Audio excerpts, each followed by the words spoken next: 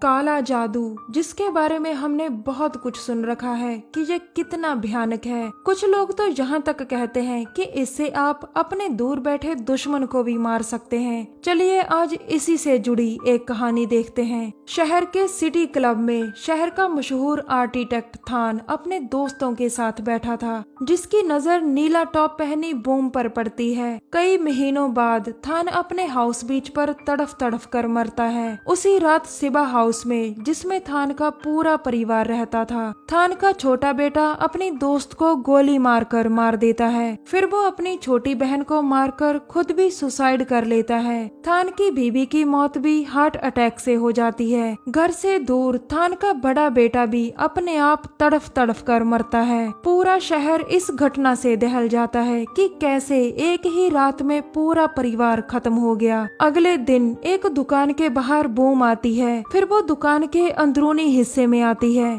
जहाँ एक आदमी टोनी उसका इंतजार कर रहा था। बूम उसे एक पैकेट में पैसे देती है, जिसके बाद वो कहता है कि जितने लोगों की मौत हुई है उतने ही ताबूत टेम्पल को दान कर देना। बूम उसे सुन रही थी। टोनी, फिर आत्माएं तुम्हें तंग नहीं करेंगी। ये सुनकर बूम वहाँ से चली जाती है। कुछ दिनों बाद थान की पहली पत्नी कमला अपने 4 बच्चों के साथ सिवा हाउस आती है, क्योंकि थान की सारी जायदाद अब उसे मिल चुकी थी। वीडियो बनाने का शौकीन कमला का छोटा बेटा टैग मौका मिलते ही खेलने लग जाता था। कमला का छोटा बेटा बॉन, यह है कमला की बेटी नैन, जो बहुत सुंदर थी। कमला और उसका बड़ा बेटा रिन दोनों इस घर को देखकर बहुत खुश होते हैं। रात को सिबा हाउस में कमला का पूरा परिवार खाना खाता है। नैन अपनी माँ से कहती है कि हमें रिन की दोस्त से जल्दी मिलना चाहिए। कमला रिन को अपनी दोस्त को घर लाने को कहती है। रिन की दोस्त बूम थी, जो कुछ दिन पहले ही मिले थे और दोनों एक दूसरे को प्यार करने लग जाते हैं। एक अखबार का पत्रकार डैनी, जो काफी समय से थान और उसके परिवार की मौत की छानबीन कर रहा था, वो अपने एडिटर को बताता है कि किसी ने काले जादू से थान और उसके पूरे परिवार को मारा है, लेकिन एडिटर उसकी बात पर यकीन नहीं करता।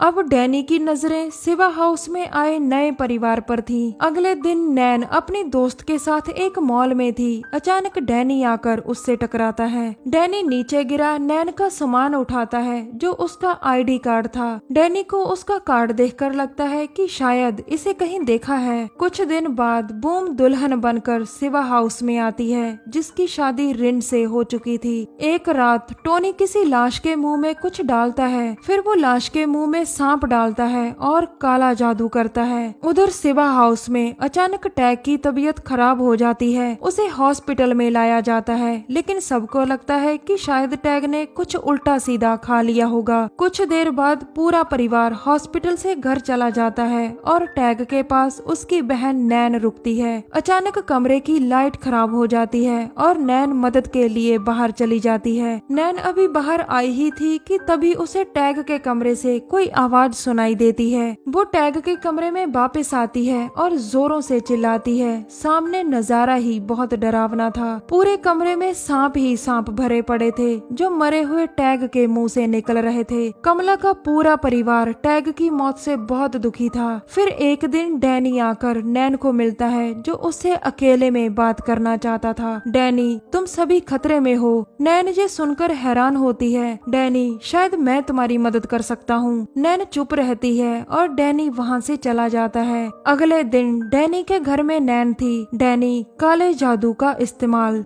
फिर डैनी उसे बताता है कि उस पर भी किसी ने काला जादू किया था, जिसके कारण उसके पेट में दर्द रहता था। एक्सरे में उसके पेट में ब्लेड दिखाया था, लेकिन डॉक्टर्स को उसके पेट में कुछ नहीं मिला। डैनी नैन को बताता है कि तुम्हारे पिता थान और उसके परिवार को भी काले जादू से मारा गया था। नैन पूछती है कि थान की मौत का संबंध टैग से कैसे है। इस बात का जवाब डैनी के पास नहीं था। कुछ दिन बाद रिन और बूम घूमने जाने की तैयारी कर रहे थे। रिन को पैकिंग के दौरान बूम की एक सूटकेस में कुछ मिलता है। रिन हैरान था कि ये क्या है। रिन के पूछने पर बूम बताती है कि ये डॉल्स मेरा विश्वास है कि हम भी इन्हीं की तरह हमेशा एक होकर रहेंगे। रिन अपनी बीवी की मासूमियत देखकर खुश होता है। कुछ दिन बाद शहर में एक प्राचीन रिवाज चल रहा था जिसे रिन पूरा कर रहा था। रिन के साथ उसका पूरा परिवार भी इस रिवाज में शामिल था। दूसरी तरफ टोनी एक लाश के मुंह में ब्लेड डालता है और इधर रिन लहूलुहान होकर नीचे गिरता है। लोग डरकर भागते चिल्लाते हैं, लेकिन परिवार के लोग उसे संभालते हैं। रिन के मुंह से खून लगातार निकल रहा था और कुछ ही पलों में वो मर जाता है। अब एक टेम्पल में कमला का पूरा परिवार रिन की आत्मा की शांति के लिए प्रार्थना कर रहा था, जिसकी राख में भी ब्लेड मिले थे।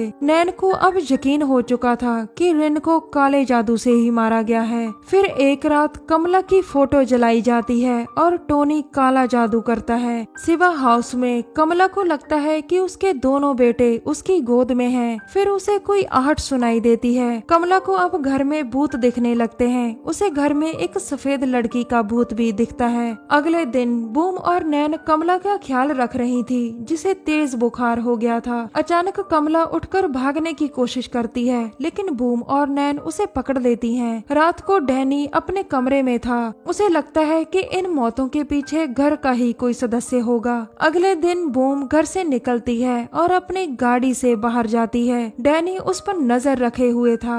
बूम पहले एक क्लब में आती है, फिर वो एक हॉस्पिटल में आती है। रात होते होते बूम टोनी की दुकान में जाती है। डैनी दुकान का पता अच्छी तरह से देखकर वहां से चला जाता है। दुकान में बूम टोनी को डैनी की तस्वीरें देती है। दरअसल बूम अपने परिवार में डैनी की दखलंदाजी नहीं चाहती थी। रात को शिवा हाउस में नैन के हाथ एक बॉक्स लग जाता है। वो उसे खोलती है, जिसके अंदर एक डॉल और कुछ कागज पड़े थे। नैन कागज खोलकर देखती है जो एक हॉस्पिटल के थे और जिन पर बूम के साइन किए हुए थे। नैन अब समझ जाती है कि बूम ही काला जादू करती है। तभी कमला के मुंह से खून निकलने लगता है। नैन उसे देखती है, लेकिन अपने छोटे भाई बॉन की चीख सुनकर उसकी तरफ जाती है। अब नैन के सामने उसका भाई बॉन लहू से भीगा पड़ा था। नैन उसे उठाने लगती है, लेकिन उसके पीछे बूम खड़ी थी, जो मौका मिलते ही उस पर वार करती है। अब बूम ने नैन को बंदी बना लिया था। नैन पूछती है कि तुम ये सब क्यों कर रही हो।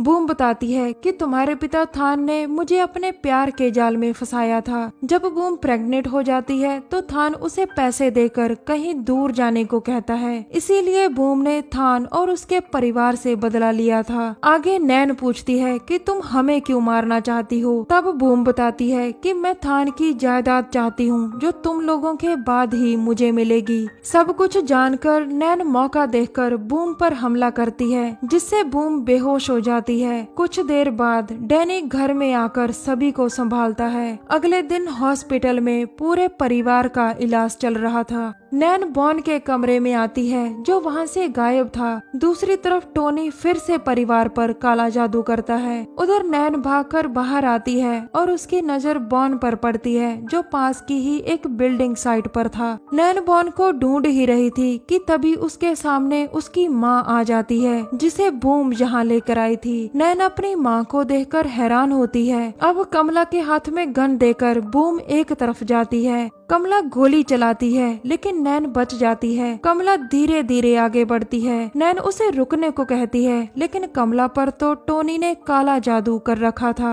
नैन जोर जोर से चिल्लाती है, जागो माँ जागो।